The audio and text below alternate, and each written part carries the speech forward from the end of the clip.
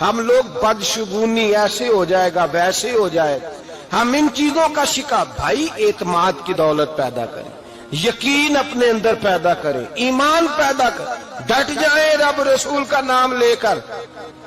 حضرت عمر کا زمانہ تھا، مصر فتح ہو گیا، حضرت عمر بن عاص گورنر بنے۔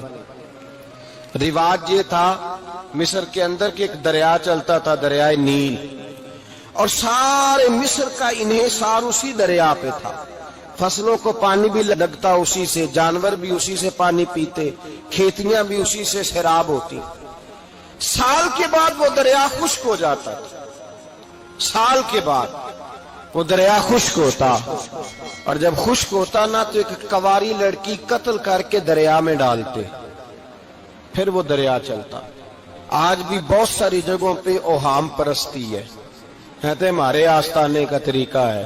میں نے کہا آستانے کا اس آستانے کا طریقہ ہوتا ہے جس آستانے کا تعلق در مصطفیٰ سے ہوتا ہے، باقی کسی آستانے کا اپنا کوئی ذاتی طریقہ نہیں۔ طریقہ وہ جو میرے نبی پاک کا طریقہ ہے، اس سے ہٹ کر کون سا طریقہ ہے؟ ہمارے آستانے کا طریقہ ہے، ہماری یہ رسم ہے، ہمارا یہ رواج ہے، اٹھا کے بھاگ جاؤ رسم و رواج۔ ہمارے رسم و رواج رسول اللہ کی سنت کے پابند ہے۔ سارے بولیے صلی اللہ ہو، پھر ایک دفعہ پڑھیے درود شریف صلی اللہ ہو، 3 دفعہ کر لیں تاکہ تعداد ہو جائیں۔ صلی اللہ ہو علیہ، نبی پاک صلی اللہ علیہ وسلم کا طریقہ اصل طریقہ ہے۔ حضرت عمر فاروق کو جناب عمر بن عاص، اور کہتے ہیں کہ پکا طریقہ یہ تھا کہ جب تک لڑکی قتل کر کے ڈالتے نہیں تھے دریا چلتا نہیں تھا۔ حضرت عمر کو خط لکھا کہ حضور یہ معاملہ ہے، اور لوگ مجھے یہی کہتے ہیں، میں نے لوگوں کو سمجھایا ہے کہ اسلام ظلم کا حکم نہیں دیتا، ظلم کی اجازت نہیں دیتا، کیسے لڑکی قتل کی جائے، اب آپ بتائیں کیا کرنا ہے؟